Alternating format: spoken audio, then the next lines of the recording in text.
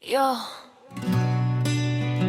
Para ito ko sa bawat kabataang may laban na hindi nakikita, at sa bawat magulang na handang makinig. Si GMDC.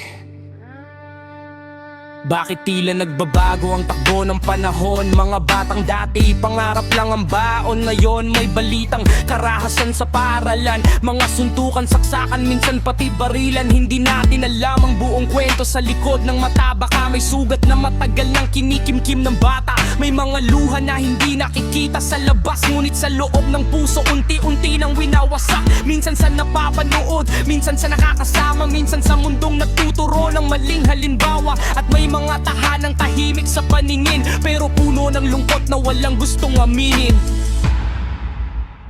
Kabataan, ikaw ang pag-asa ng bayan.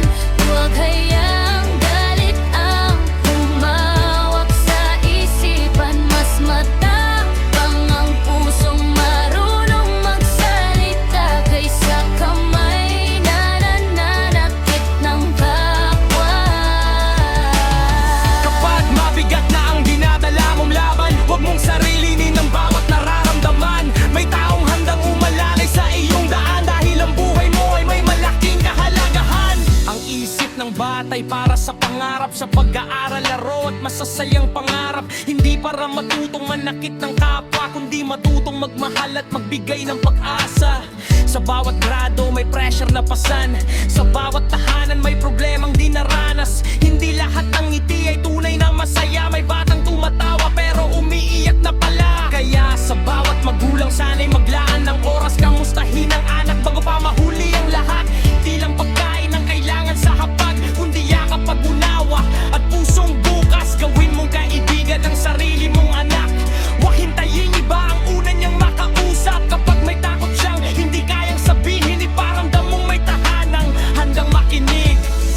Hindi ka hinanang magsabing nahihirapan na ako, at hindi ka bawasan ng pagiging magulang ang makinig. Minsan isang simple Anak, kamusta ka? ang makakapigil sa pusong tuluyang mawalan ng pag-asa. Kabataan, ikaw ang pag-asa ng bayan. Huwag hayaang buot ang maging gabay ng isipan.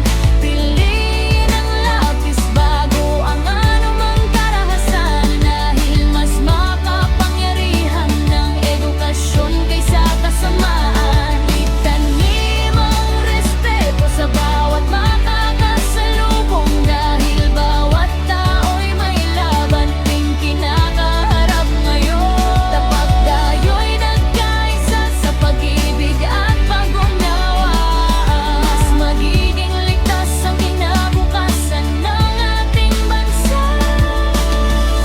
Hindi natin mababago ang kahapon, pero kaya nating gabayan ang kabataan ngayon. Kapag ang tahanan ay puno ng pagmamahal at ang paaralan ay puno ng pag-aaruga, mas lalaki silang may pangarap, hindi may galit. Dahil ang kabataan